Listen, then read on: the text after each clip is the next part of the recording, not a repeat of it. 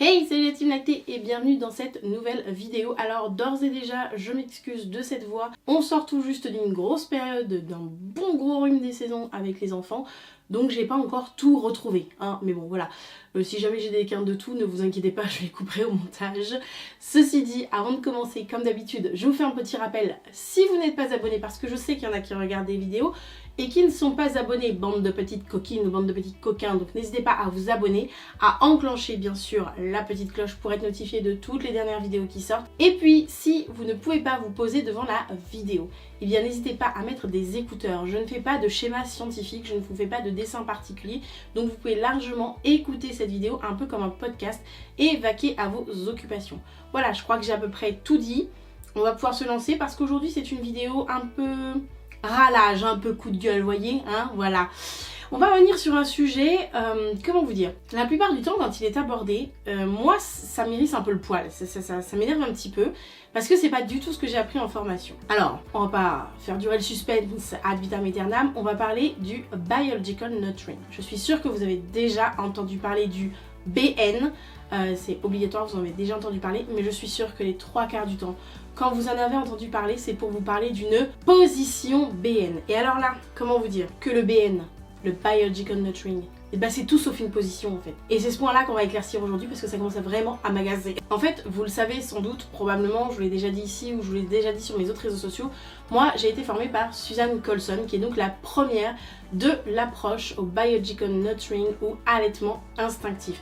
Et après cette formation, on ne peut pas ressortir de cette formation en disant que le BN c'est une position. C'est bien plus que ça. Et je vais pas vous cacher que je fais suite à cette vidéo parce que en fait j'ai entendu il y a pas très longtemps, et alors là c'est le pompon sur la gariguette et la cerise sur la baleine comme vous voulez, mais moi ça a été vraiment le petit point de trop. En fait j'ai entendu des professionnels qui osent dire en fait, qui parlent de la position BN pour vulgariser cette approche. Les gars, vulgariser c'est mon taf, ça fait 5 ans que je le fais en vidéo. La vulgarisation c'est souvent, bien souvent, la première chose, la première approche par laquelle les gens entrent dans un sujet, que ce soit de l'histoire, que ce soit de la science, que ce soit l'allaitement, peu importe. Et on ne peut pas dire « Oh, pour vulgariser, je parle d'une position ». Non, c'est la première porte d'entrée, donc c'est la première idée que vont se faire les gens d'un sujet. Si déjà en vulgarisant tu parles d'une position alors que c'est absolument pas une position, bah déjà tu induis indirectement chez les gens une information erronée. Donc ce n'est pas possible, sous couvert d'être professionnel, de dire non mais c'est pour vulgariser, pour que ce soit plus simple pour les gens, je parle de position. Mais non, c'est la première carte de visite, la vulgarisation d'un sujet. Histoire, géographie, chimie, science, ce que vous voulez, c'est la première porte d'entrée pour beaucoup de gens à des approches, à des sujets, à des thématiques. Donc tu peux pas commencer par donner déjà une information qui est erronée dès le départ. Donc voilà, quand j'ai entendu ça, j'ai dit oh là, non les gars, non, c'est pas possible. À la limite, si tu veux parler de position, tu peux parler de la position Netflix and chill. Voilà, là à la limite, tu peux parler d'une position Netflix and chill. Tout le monde situe bien, dans ton canapé, peinard comme ça, t'es bien, non pas affalé, mais t'es confortablement installé, et pas affalé, t'es confortablement installé, là les gens visualisent. Mais en plus, quand tu parles de position BN, les gens ils visualisent pas c'est quoi la position. À la limite, ballon de rugby, tu comprends, un rugbyman il court avec son ballon comme ça, ok, la position Madone, tu vois bien les tableaux, les représentations de l'art, une femme très droite, voilà, la Madone, voilà. À la limite, t'as des représentations artistiques, mais le BN, en plus c'est un terme anglais, on voit pas trop ce que c'est. Donc déjà, de base, parler de la position BN, c'est très compliqué parce que les gens te disent c'est quoi la position BN. Et une position, en règle générale, elle est figée, d'accord? C'est une position, tu es assise, c'est figé, tu es assis, tu es debout. Tu es dans une position qui est très figée. Or, vous allez voir, le Biological Nurturing, c'est tout sauf quelque chose de figé en réalité. Et c'est tout sauf un moule unique. Et c'est ça qui est important. En fait, ce qu'il faut comprendre avec le Biological Nurturing, qu'on va appeler BN ici parce que mon accent anglais est à chier, on est tous d'accord sur le fait que mon accent anglais est à chier, hein, voilà. Pardon Suzanne, mais en fait ce qu'il faut comprendre avec le BN, c'est avant tout que c'est une approche en fait de l'allaitement qui met l'accent sur le fait que la nature elle a déjà absolument tout prévu. Le BN il est là pour en fait expliciter le fait que la nature elle a tout prévu, que ce soit en termes d'allaitement ou de soins du bébé. Selon Suzanne Colson, toujours, l'allaitement en fait c'est avant tout, si vous voulez, une interaction entre la mère et le bébé. On parle d'une interaction. Déjà de base, on parle même pas d'une position, on parle d'une interaction entre le parent et son bébé. Et on n'est pas sur une technique, on n'est pas sur une position à apprendre. Elle est vraiment très claire là-dessus. On n'est pas dans quelque chose qu'on va apprendre. on est dans quelque chose qu'on va soutenir, qui est déjà là et qu'on va permettre aux parents de prendre conscience. Vous voyez, déjà, on n'est déjà pas sur un truc de position de base. Elle va souligner effectivement l'importance du confort du parent et de l'orientation du bébé. Vous voyez, on a toujours pas le mot position, il est toujours pas là. Il est bon, on n'en a pas encore parlé. On parle de la nature qui a tout prévu en termes d'alimentation et de répondre aux besoins. On parle de confort, on parle d'orientation, mais à aucun moment le mot en paix n'a été prononcé. Donc elle parle bien de confort du parent et d'orientation du bébé lors de l'allaitement pour que en fait l'enfant puisse guider l'allaitement plutôt que de forcer en fait une position ou des techniques précises. On est là vraiment dans quelque chose de on s'installe, en fait c'est un peu comme quand vous vous installez devant la télé. Quand vous êtes avec votre chérie, mettez la terminaison que vous voulez. Quand vous êtes avec votre chérie, vous vous installez confortable. Moi je sais qu'on a un canapé d'angle, j'aime bien prendre l'angle où moi je peux m'allonger. Et lui, il aime bien prendre l'autre angle, en fait, qui n'est pas l'extension qui va où tu as les pieds vers l'avant, mais qui est le canapé, en fait. Et il aime bien mettre sa tête sur ma jambe et s'allonger le long du canapé.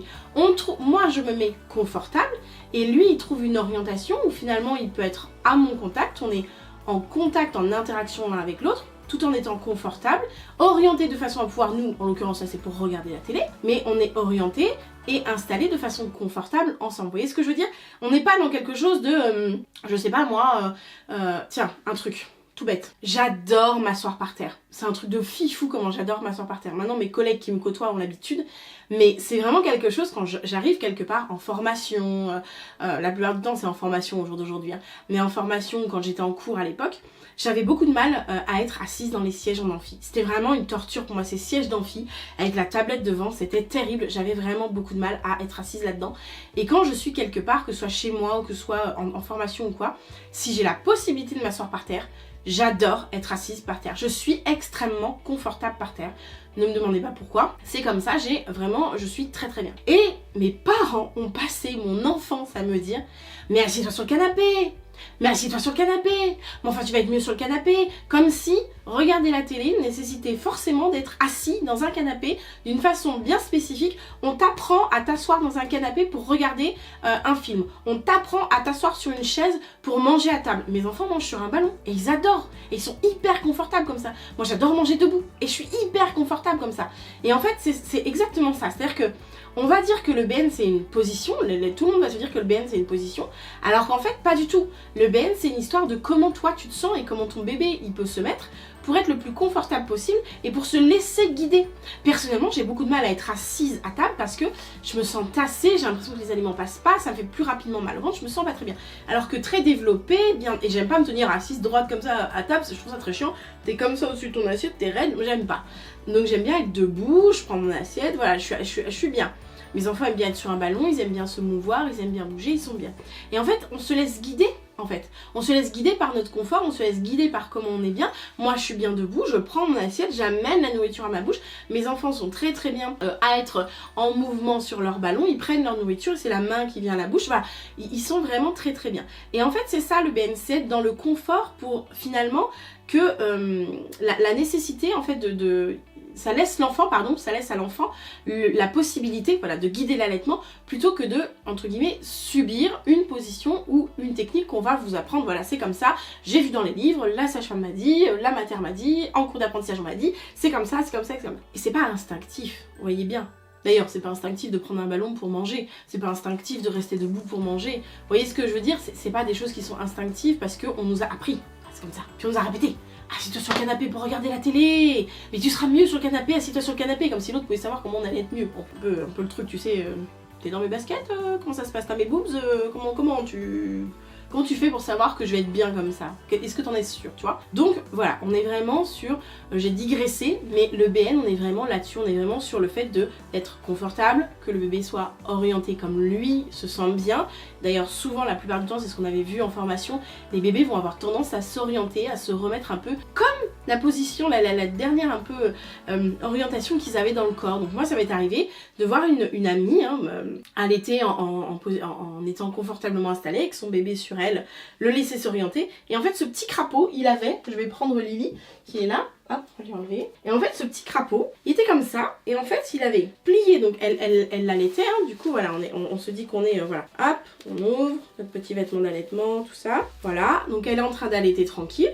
Et en fait, ce petit crapaud, il était comme ça. Il était bien confortable. Je sais pas si vous allez me voir. Et en fait, il avait ce genou qui était plié et complètement sorti. Mais vraiment... Et plié, mais alors vraiment, bon là Lily elle peut pas plier le genou à vous, et comme ça, posé sur sa mère. Tu dis bah non, je vais le remettre comme ça, mais il était pas bien, à chaque fois clac, il remettait sa jambe comme ça. Parce que très potentiellement, ce bébé, il était comme ça en fait à l'intérieur. Et comme il est en transition, on est dans les premiers jours, etc. Mais il se sent bien comme ça en fait. Alors après on dit pas qu'il n'y a pas un travail à faire avec un body worker, un ostéo, un chiro, un kiné, ce que vous voulez, mais... En attendant, à la mater, parce que j'avais été la voir à la mater, son petit loulou, il était bien comme ça. Cette espèce de genou complètement replié comme ça, vers le haut, et complètement écarté comme ça. Tu te dis, mais pas hyper confort quand même.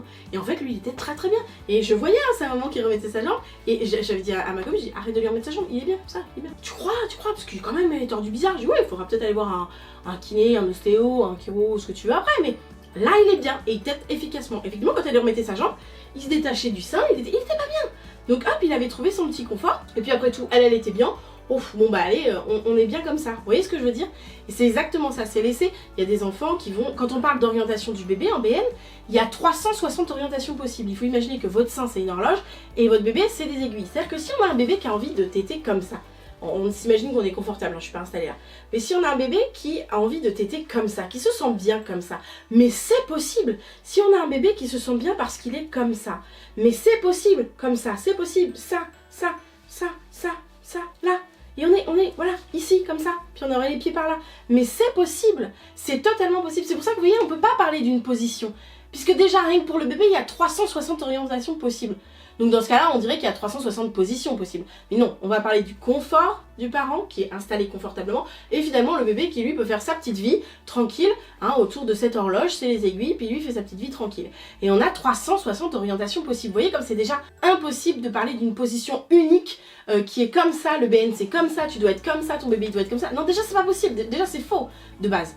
Donc voilà, ceci étant, on remet Lily à sa place, moi je me rhabille, hop là, tac, on n'a rien vu, et voilà. Donc je vais garder Lily avec moi, tiens. Donc vous voyez à quel point en fait on ne peut pas du tout parler d'orientation, c'est juste impossible de parler d'orientation quand on parle de biological nurturing. Il y a aussi un autre point important puisqu'on en est à parler du biological nurturing, du BN, on va dire BN vraiment, hein. C'est que l'accent est vraiment mis sur le contact en ventre à ventre. Voilà, le nombril de bébé vers le ventre de maman. Voilà, on est vraiment dans cet aspect important du contact de ventre à ventre parce que notre bébé, il a la tête à hauteur des seins, le ventre contre le nôtre, donc ça va venir stimuler ce qu'on appelle la radiation de nos nombrils et ses réflexes archaïques puisque son nombril est appuyé vers nous. Et là, on peut, à loisir, on peut faire ce qu'on appelle du voilage, ça s'appelle faire du voilage. Voilà, on va venir caresser les mains de bébé, on va venir caresser ses pieds. Et tout ça, c'est tout autant de petites stimulations, à la fois de ses réflexes archaïques, mais à la fois de ses réflexes de succion. Quand on caresse un bébé ici, vous avez déjà remarqué un nouveau-né, ce qu'il fait, hein? Il a tendance à lever le sourire du côté, puis à suivre. Ben là, vous stimulez en fait toute la zone qui va lui servir aussi, qui lui sert effectivement pour téter. Donc vous venez stimuler des zones comme ça qui vont venir stimuler la succion et qui vont venir stimuler l'allaitement. C'est ça le BN. Toujours selon Suzanne, en fait cette proximité, elle est vraiment essentielle pour le développement du bien-être à la fois du bébé et puis elle peut même améliorer la production de lait. Et en fait, Suzanne, elle suggère que les parents devraient essayer en fait de passer le plus de temps possible en contact avec leur bébé, surtout pendant les premières heures, des premiers jours qui suivent l'accouchement. C'est ce qu'on appelle la fameuse transition métabolique, hein. C'est le fait que le bébé s'adapte et transitionne donc de son milieu intra-utérin au milieu extra-utérin. Et finalement, quand vous regardez, pendant 9 mois, on a eu la carte de France imprimée ici avec des grosses veines bien rouges sur la poitrine. C'était un panneau qui a dit ici, ici, ici, is the place to be. D'accord? Donc c'est ici que doit être bébé. Et effectivement, qu'est-ce qui va se passer quand on a bébé comme ça? On va avoir tendance à faire quoi? Si je mets bébé un peu plus haut, on va tendance à se sniffer. On va faire des bisous. Il y a des mamans qui lèchent leurs petits, vraiment. Et ça c'est déjà vu, il y a des mamans qui lèchent leurs petits.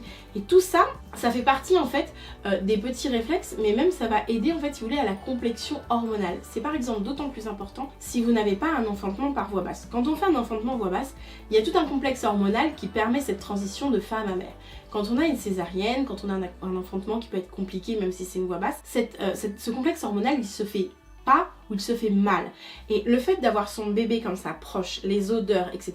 C'est, je crois, Michel Audin qui en parle, ou Suzanne, je ne me souviens plus, qui disait qu'effectivement, finalement, ce complexe hormonal se recrée. Il va être un peu moins puissant, mais il permet de recréer ce complexe hormonal et donc de permettre, même si c'est un peu plus long, cette transition de l'état de femme à mère. Donc c'est extrêmement important et on le sent, nous, les mamans, on le sait, on est bien là avec nos bébés. Des fois, on va les poser dans leur petite boîte en plastique là pour aller faire pipi ou prendre la douche, mais oh, les pose, mais on a hâte de revenir pour les reprendre, se recaler. Et en plus de ça, si on est suffisamment installé confortablement et de façon sécuritaire, par exemple on peut se mettre le coussin d'allaitement là juste en dessous, on peut bien se caler les bras avec des coussins partout, ce qui fait qu'au final, même si je tiens pas mon bébé, bon là je suis pas installée confortablement, même si je tiens pas mon bébé, je peux avoir juste mes bras comme ça qui servent de sécurité, bah, qu'est-ce qu'on va faire, Amanda?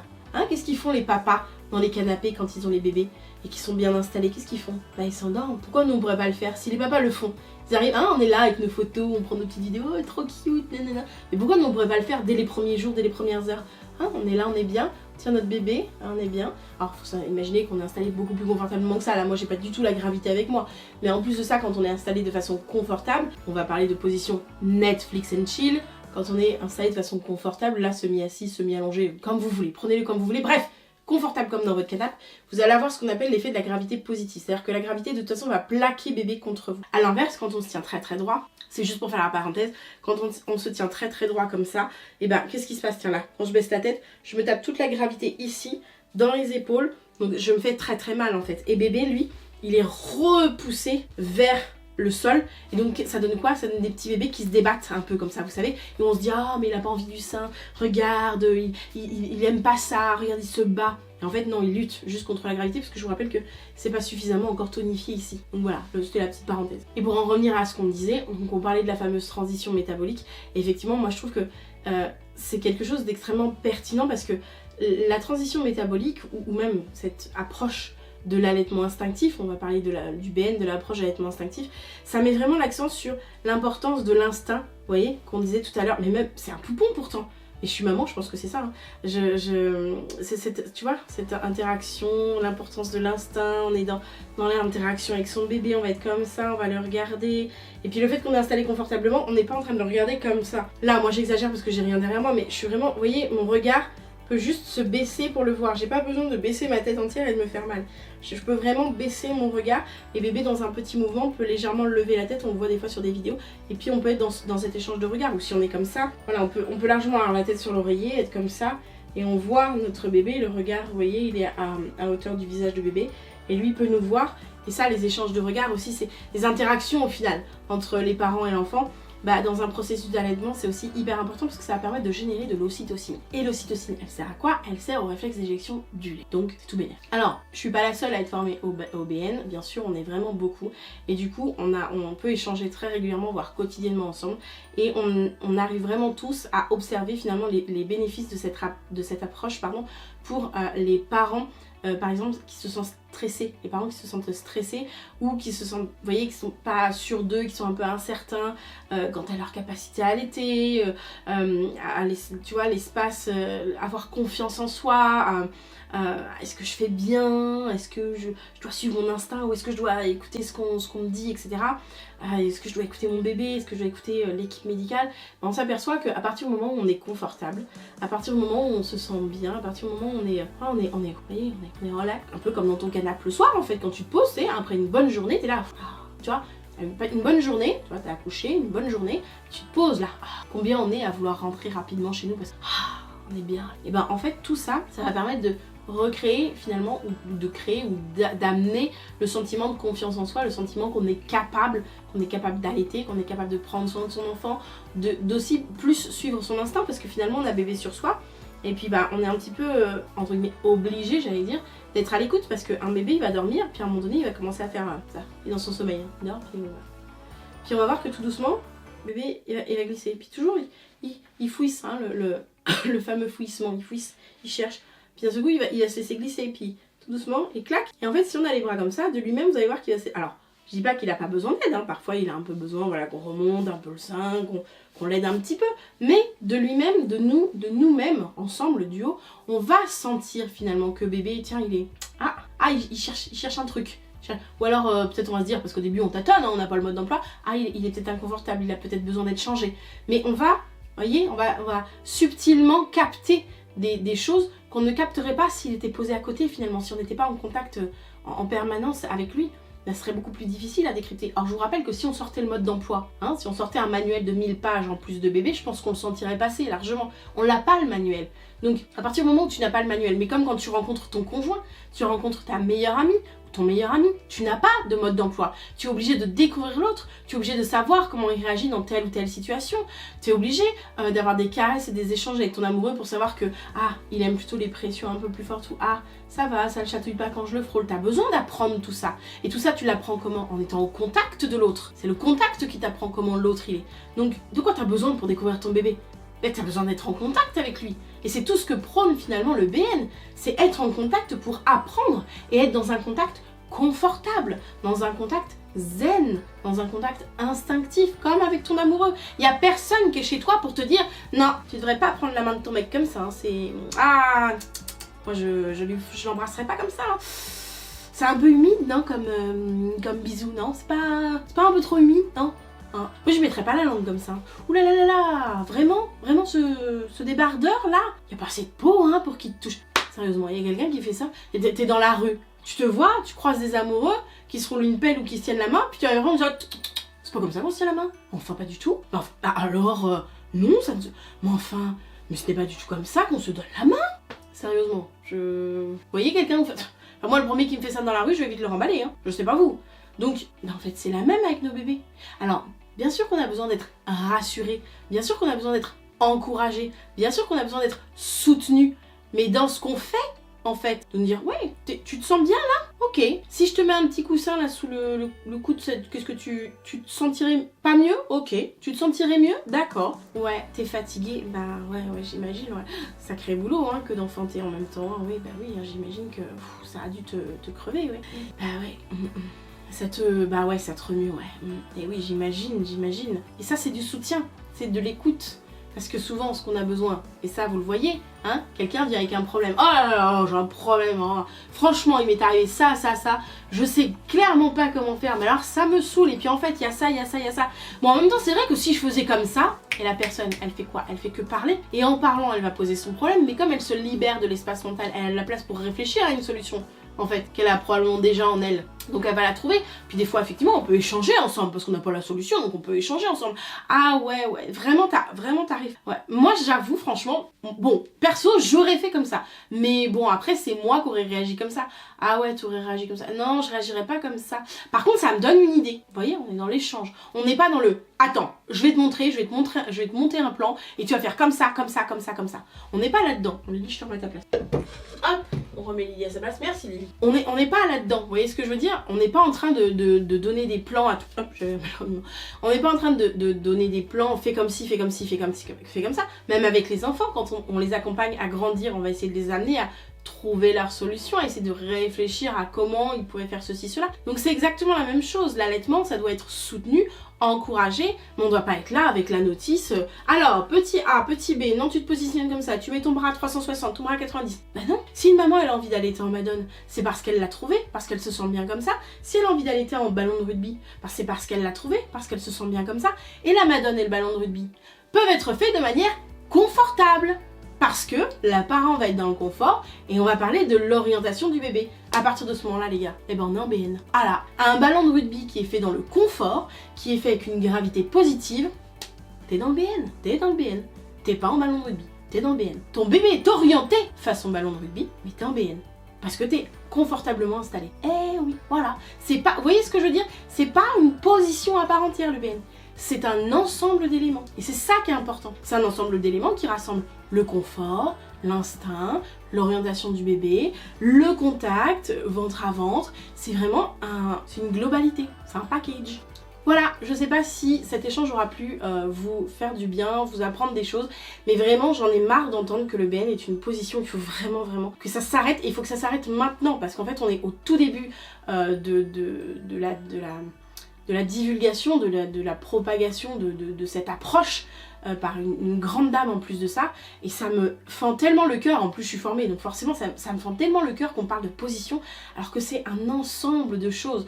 On est dans le... À la limite, le BN, c'est la position Netflix and chill. Voilà, le BN comprend la position Netflix and chill. À la limite, on peut à la limite dire ça, parce que c'est facilement compréhensible. Et dans Netflix and chill, le fait de ne pas nommer exactement, on aurait pu dire télé, hein, on prend Netflix parce que je pense que c'est quelque chose de moderne. Je me souviens que c'est quelque chose qui est sorti en formation, mais on prend quelque chose de moderne, mais ça pourrait être Prime and chill, Disney and chill, prenez ce que vous voulez. Bref, TV and chill, voilà. And chill, voilà, c'est vraiment l'idée de...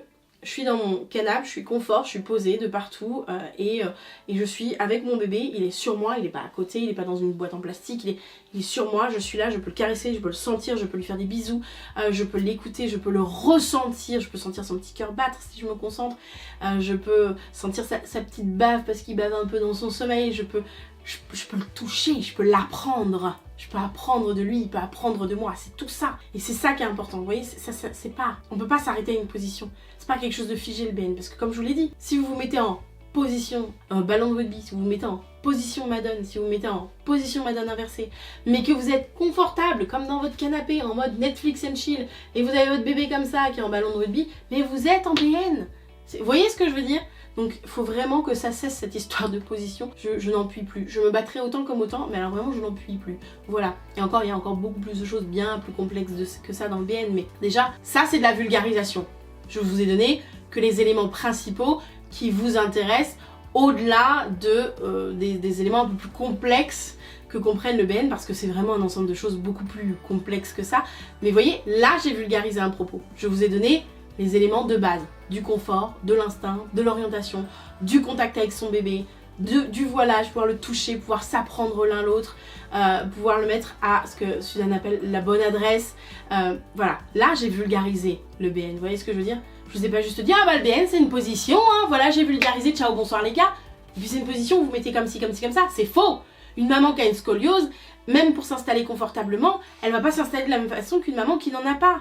Une maman qui a un disque écrasé dans le dos, elle va pas s'installer de la même façon qu'une maman qui n'en a pas. Une maman qui a un problème de hanche, elle va pas s'installer de la même façon qu'une maman qui n'en a pas. Dans le confort, je veux dire, hein, de façon confortable. Vous voyez ce que je veux dire? Donc c'est impossible de dire le BN c'est une position, elle est comme ça.